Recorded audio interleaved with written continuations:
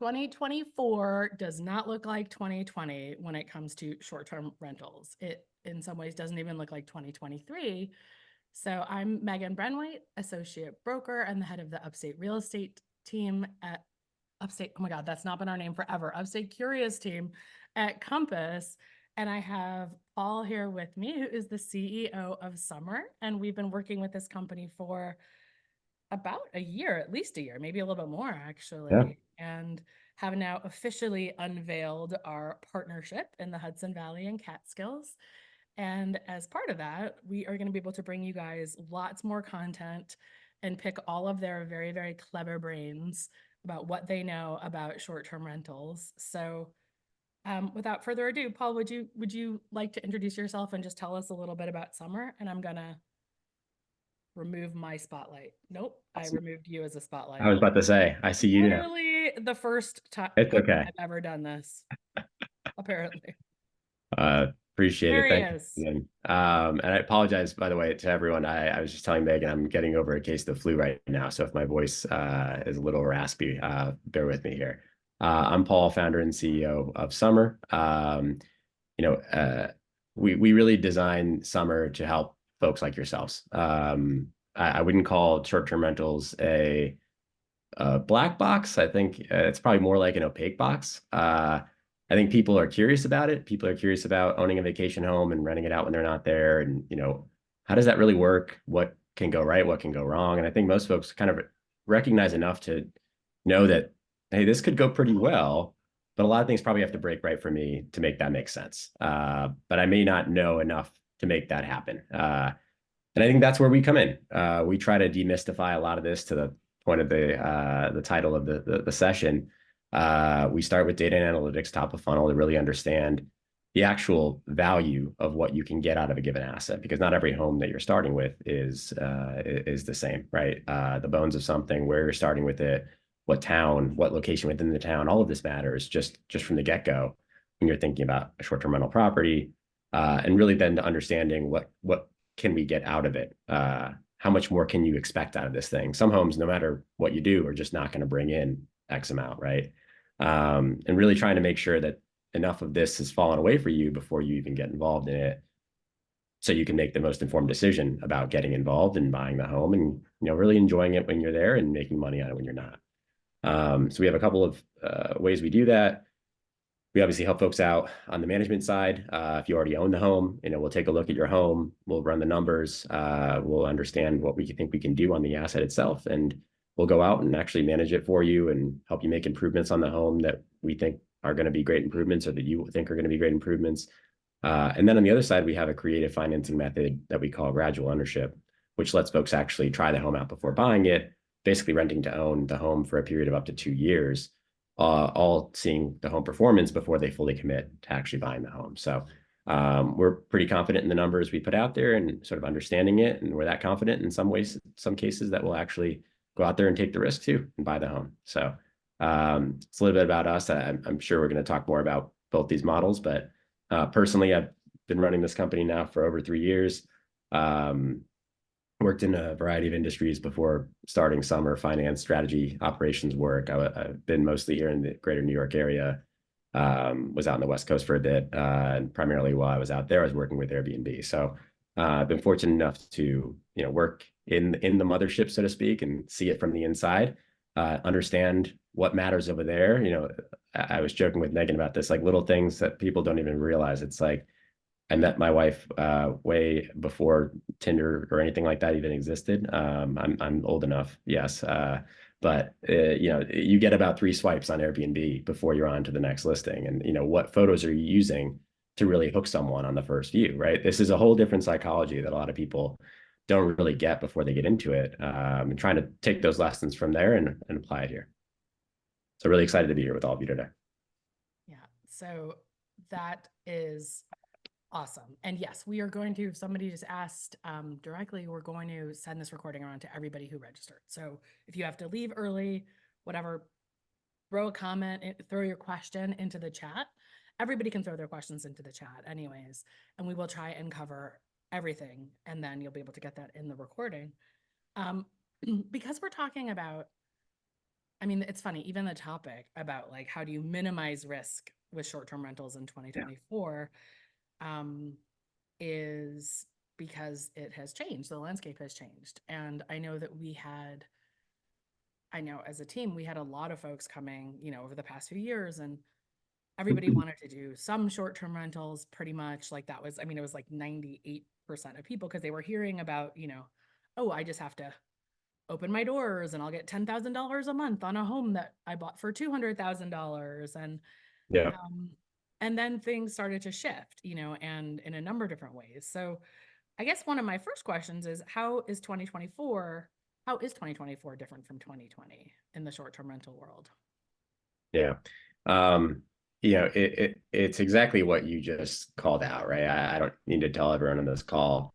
It's a lot different than it was then. I think 2020 and 2021 were in many ways the anomaly, not the norm. And for example, when we make our underwriting decisions and we look at the data to really understand the potential of the asset, like if we can't find data going back further than 2020, it's a red flag for us. Like you need to be able to understand what these homes' potential revenue and incomes would have been in 2016, 2017, 2018, 2019, so on, to really understand how they can do right now, because that's going to be more of a normalized environment than 2020 and 2021. You just had so many people, whether it was stimulus injections, working remote, so on and so forth. It was truly as easy as like, I'm going to grab up 4 boxes, throw some furniture in, and probably rent enough to cover cash flow, right? And everyone got really excited. And you read all these articles the last few years of like the Airbnb bust and the Airbnb apocalypse and so on and so forth in some of these markets where it just got so saturated where everyone could do it. And all of a sudden, hey, the demand pulls back a little bit, back to more normalized levels, and then everyone's underwater, or a lot of people are underwater. And again, I think we have probably a societal tendency to get a little extreme with some of these things. Like it's not as bad as people think it is now, and wasn't probably as good for a lot of people then. There were a lot of artificial things propping it up. And what it comes down to now is there's still money to be had out there. Is it 2021 money on every home out there? No. But can you still make money on a short-term rental in 2024? Absolutely. We do own plenty of homes upstate and in other markets. And what it really comes down to, though, is you have to be providing a quality experience out there. A lot of people miss this when it comes to the short-term rental space, as opposed to just renting out a property for 12 months out of the year. Some of you might own properties right now. You might rent them out month-long rentals or 12-month rentals in other places.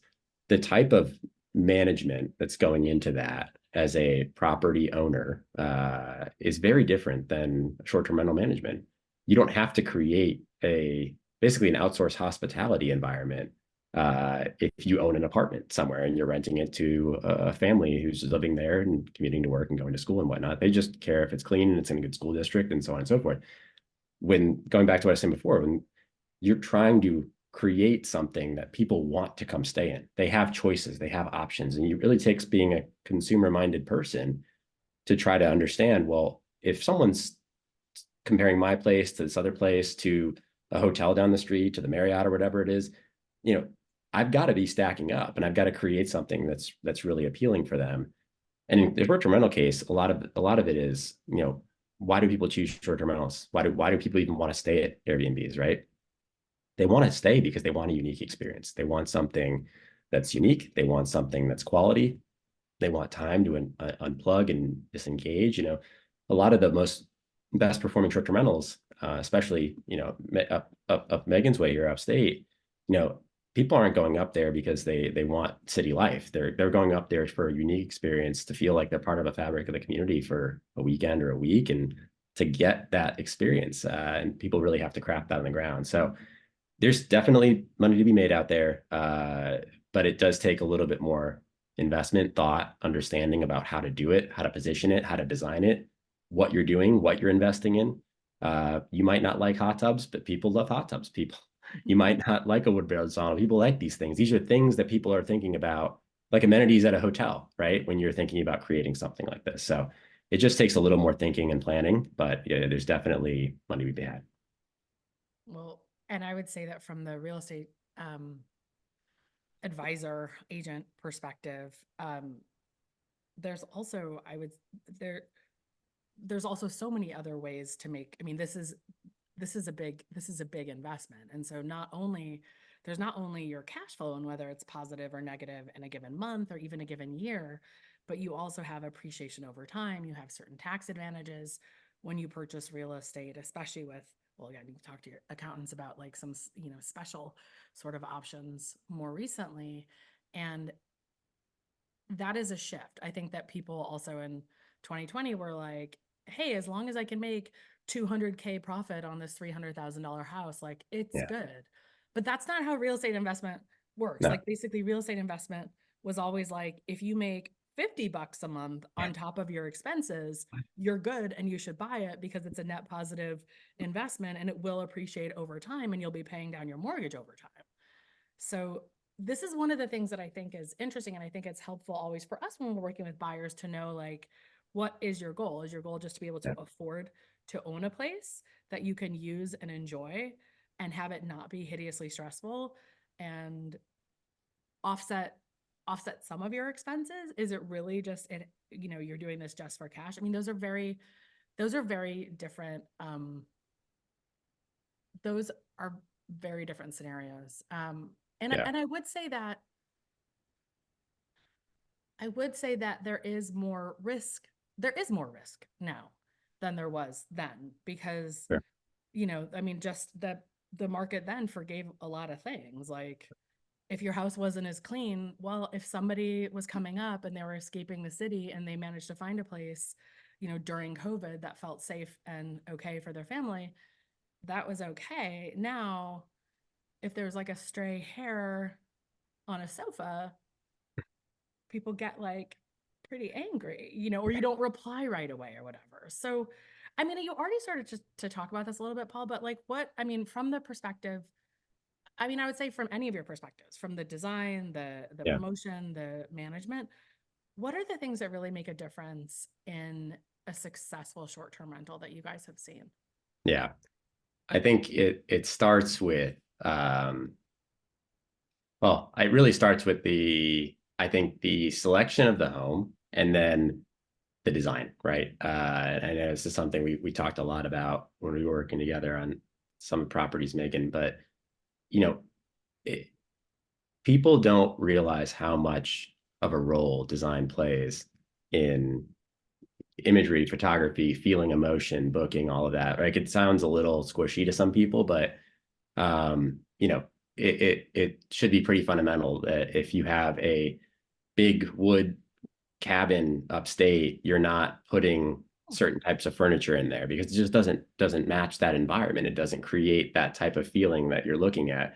If you have a big mid-century modern house, how are you furnishing that? How are you designing that? Right? You're not using the same furniture upstate that you're using to furnish a home in the Hamptons or in Florida, right? I think we can all think about that and have examples in our head. And I think it really starts with that.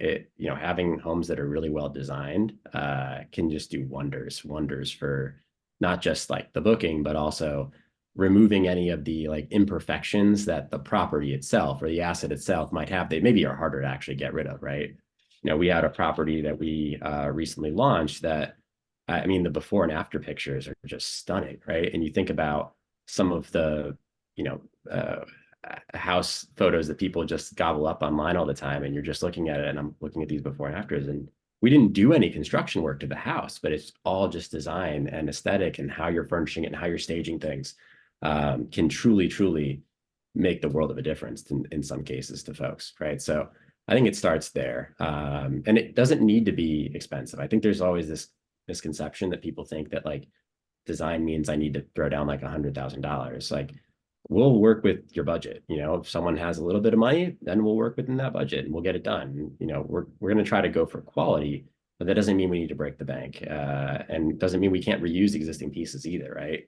I think if you're really able to do your job right, you're kind of making the most of what you have, but still creating an environment that matters. Aside from that, unfortunately, I don't think this one can be changed. So your property either has it or not, but I think people love a good view, whether that's like view of the property or there's expansiveness on the property or just lots of natural light. Like no one will ever say, I want to be shut into a little dark room. So, having imagery in your photos that showcases natural light coming in will always do really well for booking. And then obviously there's like the amenity side, right? Wait, Paul, Um, can I pause on design for a sec? Also, can please. you hear me better? A couple people wrote and said my volume was really low. Is this okay now? I turned it up. Okay. Awesome. Great. Okay, because I think the design thing is I realize that we haven't really, I mean, that is such a unique, I mean, that to me is such a great thing that Summer does. So basically, and again, you talk about like, even from the choice of the home, Yeah. the design and the aesthetics are going to be part of what they take into consideration. So like, is there a view? Is it something that they know is going to like jump off of the page, essentially? And if you want to like see why this is relevant, look at how much time we spend staging homes when you're selling it. It's Yeah. literally, it's the same, except that it's different because when you stage a home, those people are going to bring in their own furniture. When you go to an Airbnb, you're literally going to be living in that experience. So the experience that I had was just so wild is that, I worked with a summer designer and like literally just like did floor plans. We're like, we need some art here. We need some other things here. And we just would send things back and forth. And we absolutely used a lot of our existing furniture. And I think that was for somebody also who is living in the city and wanting to kick off a short-term rental up here, it saved so much time and so much effort. And we just got everything, went to a warehouse and then got like delivered and unpacked. And they will put up wallpaper, paint things, fix things, put up the fairy lights, install the hot tub. So just to give you a sense, because these are the things that as real estate agents and people who work with clients, we will talk to people who've owned a home for 2 months and they're like, I know a hot tub would be good, but I can't figure out how to put it in. Yeah. So I just wanted to take like 1 minute and just kind of share that. But yeah, so No, it's a great call out, Megan. I think that's like it's a great call out because it's actually a piece of the process that a lot of folks either discount or kind of like forget about. Like you're so focused on if you're buying the home brand new, like you're so focused on the purchase and everything that's going into that and like the costs that are going into that and so on and so forth that like designing and saving budget for that and like the effort for that can almost feel like an afterthought and you kind of have to like get up for it again. I think we've been really successful at sort of just taking the pain away on that. And honestly, the hats off to our design team. Like they do a really great job of just understanding you as a person. Like, who are you? What space do you want to create in this home? What's the home? And what's your budget? And how can we help? And putting something together that I think works really well. And then we'll just go out and you have to lift a finger. Like we'll get it all done. So I think that's been I think one of the early hallmarks of our business for sure. I can't think of a home that I'm looking at in my head of all of them we have that I don't think is a well-designed home in that way. and a couple people I think are asking us to drill down on that first part, which is even how do you choose it? And I know that like, I mean, and this is something that we sort of do collaboratively as well, where like agents on our team will see homes that we think will be awesome as short-term rentals, send them to Summer. Summer will do the underwriting, kind of a quick underwriting process and evaluate it and go, yes, no, just on that basis. And I think that that is kind of important. Like, how is it? Well, you can answer. What are the main things you guys are looking for?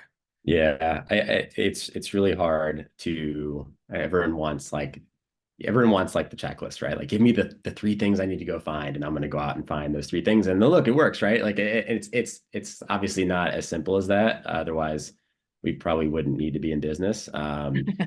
But it's there's a lot of like sausage making that goes into it. I'll try to give some considerations of what we definitely look at and what matters. But again, like there's not a hard and fast because there's always going to be an example of something that does really well. Like there's a really notable example. I think we were talking about one time, Megan, was like if any of you have ever seen it, like the Mushroom Dome is like the most booked Airbnb in the world, I guess, for like 5 years running. I remember when I worked there, it was so booked. It was booked 365 days a year that if anyone ever had a cancellation, it was about an hour south of San Francisco, they would send a message to Airbnb HQ and like let someone book it last minute because it's that booked up all the time. like that would probably not ding the alarm bells for our model as like an amazing short-term rental property. It's this like one room thing, like treehouse basically in a redwood tree in the middle of the woods, right? Like statistically, all the things would not be checking that box, but like it does really well because it's a hyper unique experience, right? So like ruling things like that aside, which I think are in their own category, right? There's like UFO homes and things like that. Those are a little bit wonky, and people are staying at those for this like crazy one-off experience. I'll say we definitely look at bedroom count. That's a consideration, right? Like I don't know if I've ever even come across a one bedroom house, but like certainly two bedrooms are harder to make work as a short-term rental. Like again, thinking behaviorally for the guests and the customer, right? Like who's booking the home? Most people are staying in a short-term rental with families or groups of people. Minimum it's a couple. So maybe so at that point with a two bedroom, like maybe you're just getting a couple, or maybe you're getting two sets of couples, right? But a lot of folks are looking for, I'd say, three and up. It doesn't need to be like 6 or 7 or 8 bedrooms or something ridiculous, but I think three is typically the sweet spot, right? It gives optionality. It gives people the ability to have some space if they're going with others and couples and things like that, or a family. But it gives the ability for just two people to have their own room and so on and so forth. Um, you know, I think one of the things that people always miss when it comes to sort of making the math work on this. I used to work on the Airbnb Luxe product, which was like $8,000 a night Cabo villas. And you'd think that does really well. You're like, oh, wow, they make a ton of money. No, they don't, because what's the sample size of the amount of people who can afford to pay $8,000 a night on a Cabo villa? It's actually very small, right? There's only so many Jeff Bezoses of the world out there. The homes that are renting for $200, $300, $400 a night consistently do much better than that over time. You're getting really 2 bookings a year. And when you're juxtaposing that with the entry point on price, that's when it comes down to whether it makes sense or not as a rental, right? And I think that's something that Upstate has going for it versus a place like the Hamptons, right? When you think about the price point you have to enter in that market, you're looking at upwards of $1 million, $1.5 million to even be coming into something that's decent, that's going to generate some type of income for you on the short-term rental side, versus Upstate, you're looking at far less than that. So it is a bit of a game when it comes to price point of the home and potential rental value that you can get on the other side of it. If the price point's up here and the rent you're going to get's down here, you're going to be underwater. Naturally, the best homes out there are going to be the ones where you're able to come in right here and you're able to rent up here, or you're able to rent close to that, right? And ideally, somehow build in the value as well through upgrading things or updating things, designing them, and actually getting a book of business that's creating more value in the home over time as well. So we look for bedroom count. We look for distance from geographic points of interest or amenities, or I should say, like areas where folks frequent. One example is, excuse me, we had a home that we couldn't figure out for the longest time. It was up in Hunter, like why it wasn't doing as well as we thought it should have been doing. It was actually the first home we ever did as a company, right? So we've gotten a lot better since then, clearly, predicting some of this stuff. But we realized that the location this home was in Hunter was at a certain distance from the ski lifts themselves, where you kind of had to drive basically like all the way around the mountain, despite it being a beautiful home, despite it having like a fire pit and a hot tub, and it's just this beautiful big cabin. That in and of itself caused enough of a variance in how we would think about underwriting this home that, doing it the second time, we would factor in that distance from that amenity. And that was one of the early proof points that caused us to really think through that variable in the equation. Where are people spending their time when they're coming up there, right? What town are you buying in? Is that town have anything that people want to do, right? If you're a city person driving up to Upstate, right? What do you know? If you've never been before, maybe you've been once, Woodstock, a few other notable things, and you're like, okay, I'm going to start there. I'm going to try to be close to that, right? So you're giving yourself the most chances by understanding sort of distances from certain things and making sure that you're positioning yourself that way. Trying to think what else I can point to as some of the other factors. Quality. People think age of the home matters more than it does, actually. I mean, certainly we want to make sure everything is useful life. But you know, we have homes that are like 100 years old. They're renovated 10 barn houses, and we have homes that are brand new. Meg, we should talk about there are other things though that we do look for, and probably farther down the hole when we get into the process. But a lot of folks don't think about like well flow when it comes to like a short-term rental property and you're upstate. Somebody asked what the top 3 risks of owning a short-term rental are, and I would not say that. I think that you guys have gotten a little unlucky with wells, but I would definitely say unexpected expenses for Yeah. sure. It's just, again, like there's a water flow that you need for, you know, a couple living in a house every year, and then there's a water flow you need in a 3-bedroom house that could potentially be hosting up to 6 or maybe 8 people at that point every given weekend. And you know, good news is we've gotten good at inspecting and having certain checklists that we want to be taking a look at when we're getting into a home with someone. But these are all things that, again, people don't realize before you're getting into it. Like, I'm hosting this many people. What's the well flow like, right? Like, is there ease of accessibility in certain ways? So yeah, these are certainly all things to consider as you. I had a house that I represented the buyers on a while back where the owners were totally used to this process, but if they took a shower and ran the washing machine, it would trigger a shutoff valve for their water, which is weird, but you would have to crawl outside and under the house to turn it back on. And they're like, it's not a big deal. We made like a panel so you could just crawl into the dirt crawl space and just flip it back on. And these folks definitely wanted to rent it. And I was like, can you imagine This is asking people Megan, to like these are the things that just crush me. Like when I crawl go to under? short-term And rental, sellers get the thing is that they get used to it. So they literally, it is no big deal. It is genuinely no big deal to them because they're just like, oh yeah, we just do this and we know not to do these things at the same time. And so they never mention it and then you discover it. And yeah, I mean, honestly, so I know there's a million more questions for Paul, and I know I don't want to sound like some kind of freaky like salesperson for Summer here, but I am a little bit of a freaky salesperson for Summer because they are like, and I will just say, just also, I mean, we have a lovely partnership with them. We work together. That, you know, we want to help their clients find leads. We do not get paid by them if somebody goes to Summer. And we've agreed that actually anything that they would have paid that they might pay to another agent will go to the New York Farmland Access Fund, to $1 million pledge that we made as a team. So not for nothing. I mean, these guys they're buying, and to be clear, in the gradual ownership model, it is their money on the line. You have 2 years to decide if you want to buy the home. So, and Paul, shut your ears for this, but like, usually they're going to find all those problems in the first 2 years. Do you know what I mean? Like you're going to have if you buy the home back after 2 years, it's going to be 2 years of steady Airbnb guests complaining about stuff and them fixing issues.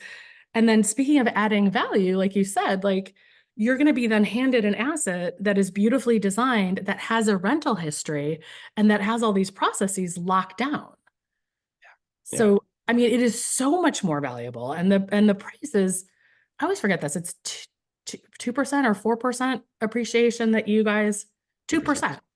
So they're going to set a price. So if you buy a house in 2024 and then you buy it and you decide to buy it from Summer in 2026, they'll just add 2% per year to that home price in terms of appreciation. So even if you just think things are going to appreciate more than they do, it's worth it. So that's why we had the title minimizing risk. And actually some people are now asking questions about regulations, which I think one would argue is another risk in 2024. It wasn't there.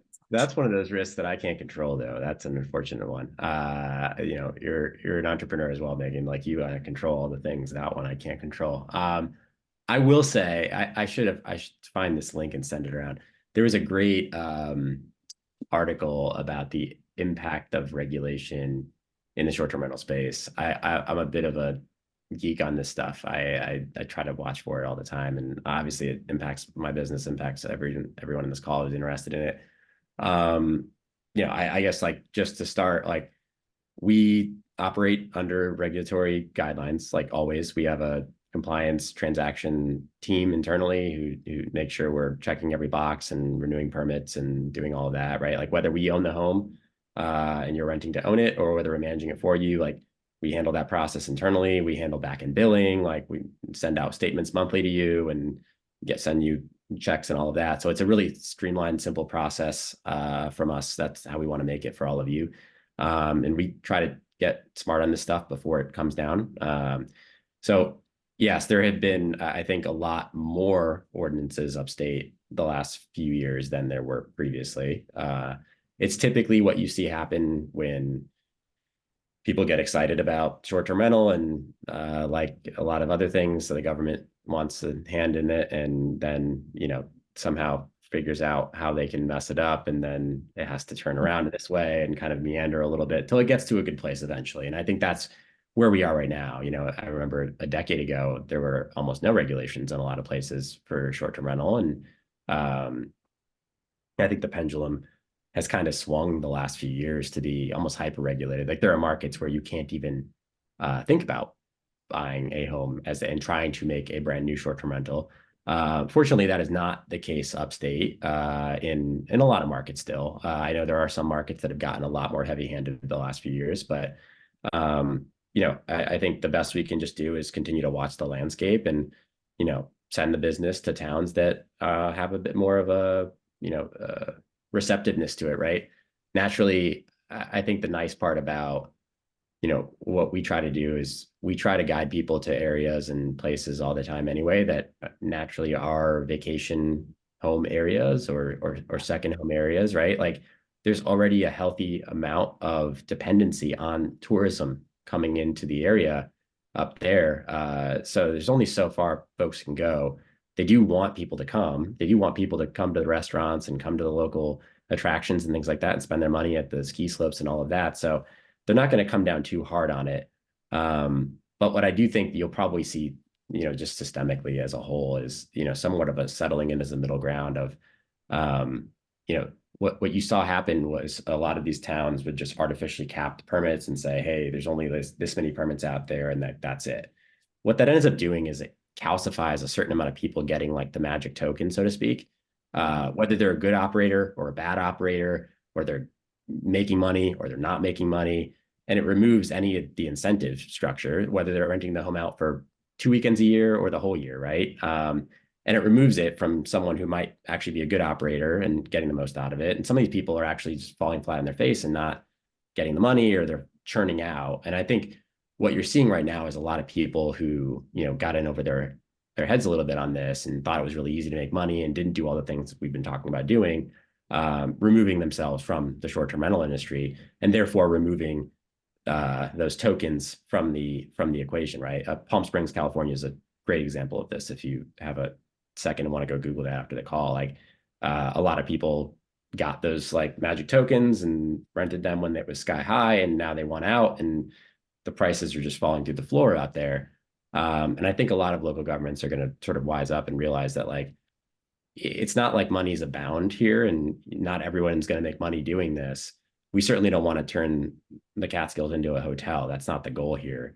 But the goal is to make something affordable for someone that wants to own the home and go to it some segment of the year and then rent it when they're not there, enable them to be able to own the home in a smart way. So, I think we have an optimistic view on it, and hopefully as things continue to shake out and the best operators, the ones that are, parts of the community and actually want to treat people with respect and treat the local community with respect, are going to be there to stay.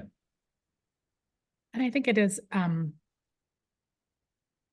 so I think that there's been also some surprises with towns who say, well, for all of us actually. So some towns will say like, we're going to cap it at 200 permits. And everyone's like, I know in our town, everyone's like, oh my God, that'll never be enough and blah, blah, blah. And then only like 70 people apply. Now, it could be that there are plenty more than 200 actually, functioning short-term rentals, because a lot of people aren't like me and Paul watching every bit of news about everything going on with every government and every town and regulation for short-term rentals, and not like his compliance department or like all the agents on our team.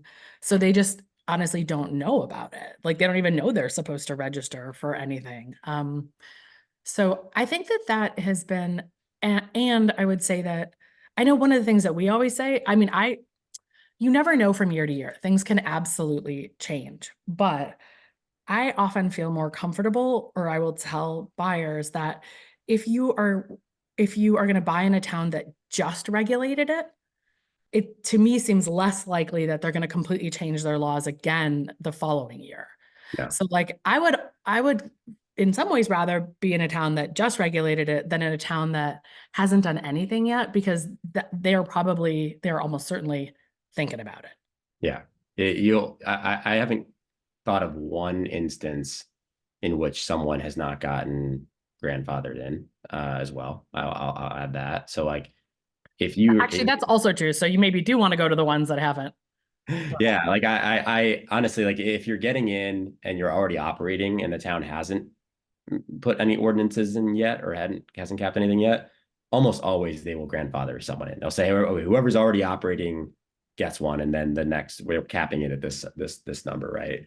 I honestly in every market I haven't heard of that. And they sometimes do things like they'll say like you can't do it for more than 180 days a year. I mean, there are some that have been more strict on that, but you Yeah. know, for this, I would say that's one of the trickier ones. And then you have to also maybe flip into doing some 30-day rentals or things. So That's a good one to highlight, Megan. We've had folks that are on the wait list for a permit that have bought the home, still want to get something out of it, that we've helped rent for 30 days in the meantime while they're waiting for their short-term rental permit, right? Like there are still ways to make money here. That type of structure is a lot more common in the Hamptons where there's a lot of regulation as well. But also what it requires is there has to be demand for 30-day rentals, right? And I think what you're seeing upstate is like it may not be the demand that you have for like a 30-day rental in the Hamptons in July, but there's certainly demand up there for 30-day rentals, and you can make it work.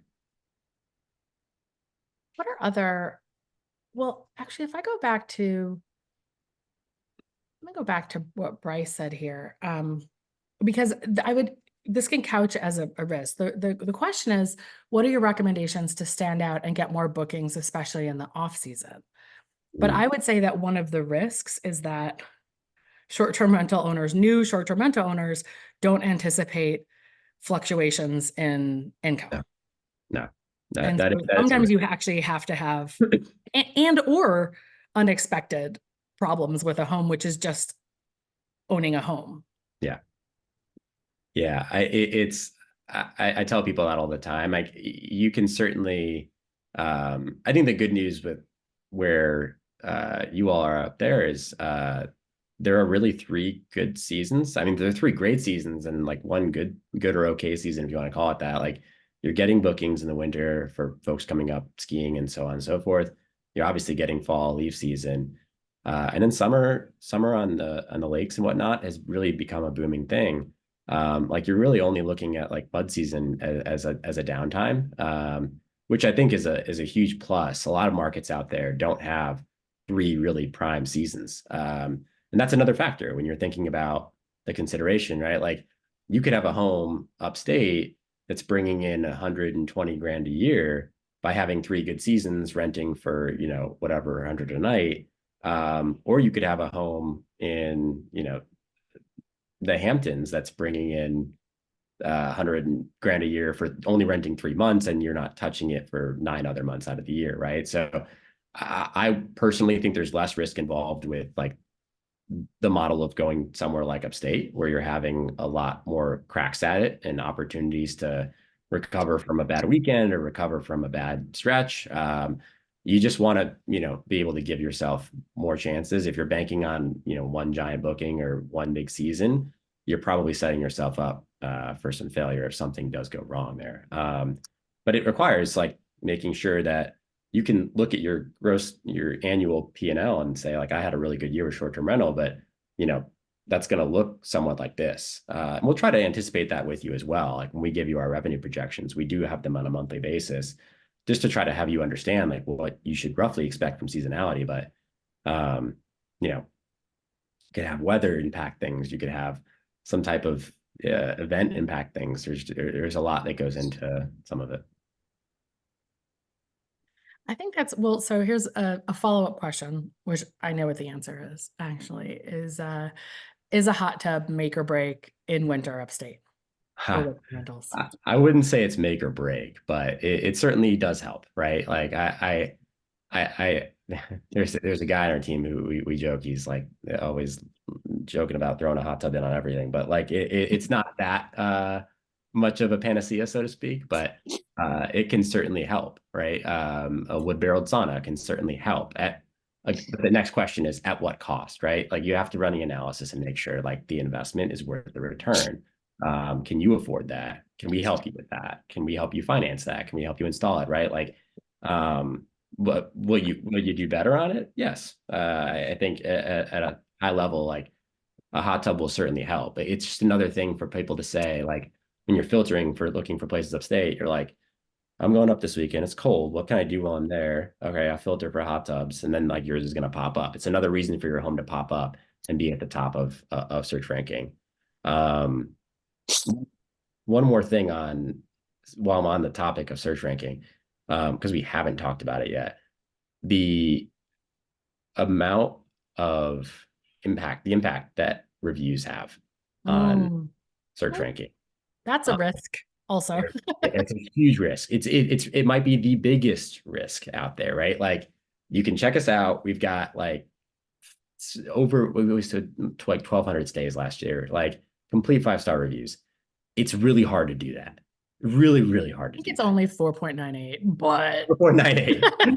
we might have gotten like a 4. no, it might even be 4.99, honestly, but yeah. It's pretty damn close, but it's Yeah. really hard to do that. And hats off to our ops team, like our CX team, like you everything you said before, Megan, and you need to be ready to go, texting on the phone, whatever the thing is, right? Like if it's Friday night at 10:30 and you're having a glass of wine with your loved one and someone's buzzing about like I can't find the spatula and you're not replying fast enough and you get back to them the next morning and they're mad because they couldn't make their omelet at 11 o'clock at night, like that's a ding, right? Like it's little crazy things like that, and it matters because if you're not getting 5 stars, you are not getting pushed up search ranking on Airbnb because they are only promoting super hosts, any guest choice, any of those homes that have those monikers. Like they know their customers as well. They want to show the best homes. They want to show the ones that are renting, that are booking, that are yielding, that they know people are going to have a high likelihood of having a good experience on Airbnb with. They're not going to promote someone's like Shack that has 1 review and it's 2 stars as the first listing that they're showing on Airbnb, right? And it can be like a vicious loop in a positive way or a very negative way very quickly. If you start getting a bunch of 2 or 3 or 4, even 4, honestly, it's crazy. Like 4 is not, Airbnb thinks 4 is good. It's not. And a lot of guests, like for me now, it's I very much have a different view on leaving reviews as an owner operator of short-term rental properties than I did before. Like people are like, oh, that was fine. It was like a 4. Like, no. Like it can viciously turn things out of control for people where they're losing these statuses, they're losing search ranking, and that is impacting your bottom line. Or it can put things in a great way. And what we've been able to do by compounding all of these reviews on top of themselves with all of our properties is like, when we launch a new home, any home that comes on, we're adding it to our profile and it's benefiting from the halo effect of all the reviews that we've already had, right? So you're getting better search ranking by being a property with no reviews faster, and you're off to the races faster because of that, versus if you just throw a home up on a new profile right now, it's going to take you years to build up all the reviews that you need, the hundreds of 5-star reviews to be able to get that sort of feedback loop. So, I tell people all the time, like this is probably the hardest part for a lot of people, besides like having a design eye and all those other things that we can provide. Like, do you want the question I ask folks all the time in sales calls, like, would you want to work at the front desk at the Marriott? Ask yourself that question. And if the answer is not yes, you should probably not self-manage and be texting guests and answering questions and things like that. Because those are the kinds of questions you're going to get. If you're not that kind of person, it's probably not for you. I think So it's just worse because it's like I don't know. I feel like sometimes it's like a personal affront in a different way than being, because you're the one who like, I don't know, you put your spatula where you think this, I literally got that call this weekend about like a cutting board.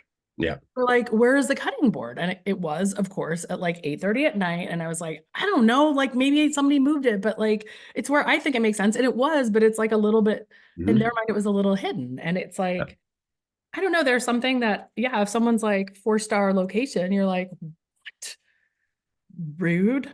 So I can't stress enough.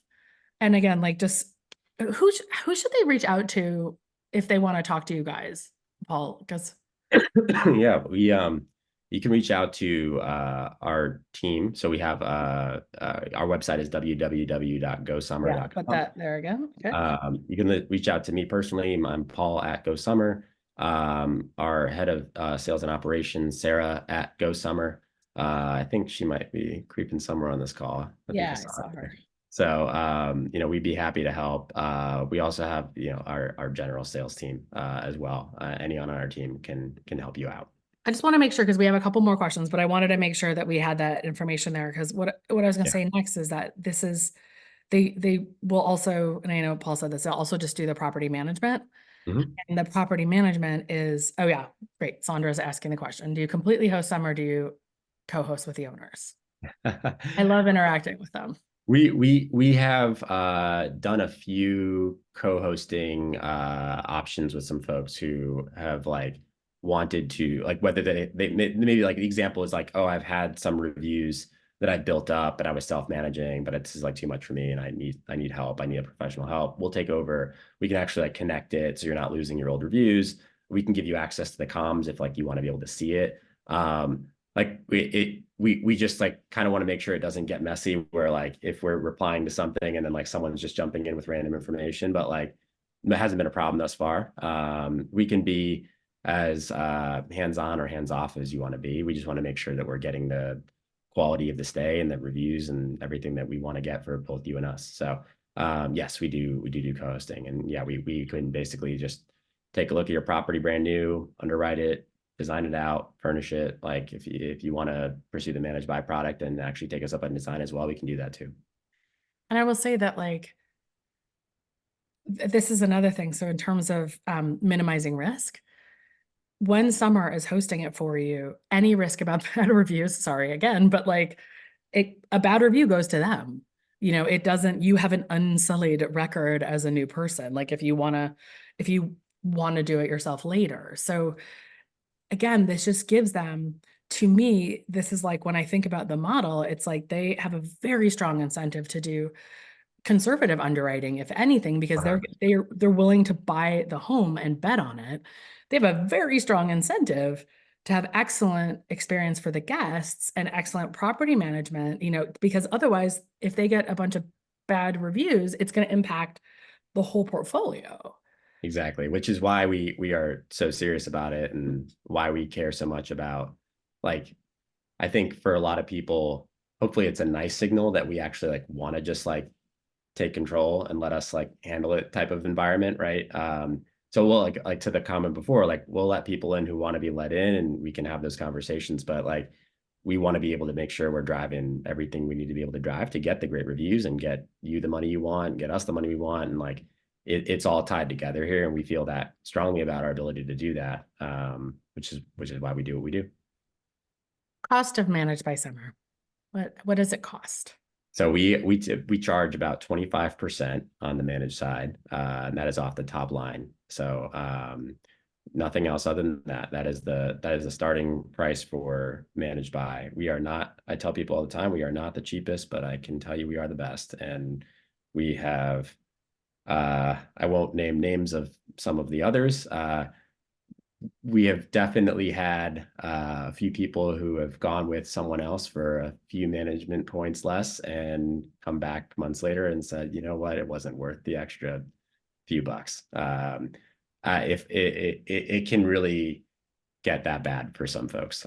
We had someone who was using someone actually in the Poconos, and they were just getting like abysmal management from this bigger box management company, we'll call them, and they were getting less on their monthly. They actually making less as well because they were getting 3.5 stars, 4 stars. There's just no management. Like there's no, we consider ourselves like asset managers, really, not like property managers. And I think there's a difference. Like property managers are opening doors and, cleaning sheets and things like that. Like we'll do that, sure. But we take a look at you and the asset, and like we're trying to recommend ways in which we can like really get the most out of this thing. And we care about our owners. We care about everyone who's in this business. I actually, I won't out them, but I see there's a couple of Summer customers here on the call, which is great to see, right? Like I love the fact that we have folks who use our service. I know some of them very personally at this point, and they're here just listening in and curious to hear what we're chatting about.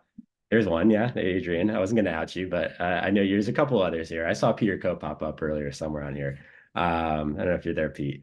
But it's great to see, and I think I have a lot of pride in what we put together. And this person who came over to us is just through the roof now because they're getting 5-star reviews. They're like, is he paying more for it? Yeah, but is he actually making more and having a better experience on this thing now? Yes. So we're not here to be like a quick churn type of place. We want to keep our folks here for as long as they want to be here, and trust is everything in this business, and it's gone in an instant. So we certainly try to build it over the long haul with everyone. Well, and I think that it's good to know that, I mean, I would say that 25% is in line with a lot of the other good companies in the area. And I think that the additional cost, like if you want to, I don't know, have a hot tub installed or have something painted or work with a design or, something like those actually seem to be quite reasonable. So that is, we're on market for all of it, right? Whether it's our design fee or even the management fee, like you said, it's towards the higher end, but it is within the bounds of what other folks charge. And, it is the full soup to nuts too. Like you literally could interact with us in such a way, and some folks do, where they're like, only tell me if something goes wrong, and otherwise I'll talk to you later. And that's truly the kind of service you're getting. Like you don't have to hear from us. You don't have to hear about anything. If you want, we will send you everything. You want to talk to us, we're there. If you don't, you don't. But it's fully soda soup to nuts on this. And I think, we try to keep it reasonable, but obviously I've got people I need to pay to make sure that good service happens. In general, what you pay is what you get in this in life and here. So you guys have the information for Summer. If you ever want to write to us, it's just info@upstatecurious.com. You can, and we now are going to have weekly Summer picks in our newsletter so that you'll be able to see like not just our listings, but here's another listing that Summer has said, hey, this is, this is a great one. Somebody should really like think about buying this, and done the initial underwriting process. And we're going to keep having Paul and other people from Summer back. So if you guys have burning questions, also write to info@upstatecurious.com if there's topics you want to cover. And I really appreciate you being here, Paul, and I appreciate everybody's questions. And I think, honestly, short answer, TLDR here is how to how to really minimize risk in 2024 is just buy something with Summer or let them property manage it. Like that's the let us figure it out. That was our sneak answer. We wanted to talk about a million other things you can do on your own, but there's literally, if you do not own an STR yet, the gradual ownership model is phenomenal. And if you do, the property management is pretty damn awesome. So everything, and we're happy to share knowledge beyond that, but very happy to be working with you guys. Likewise, Megan. Thank you so much for having us. We're looking forward to being back soon. Bye, everybody. Thank you, everyone.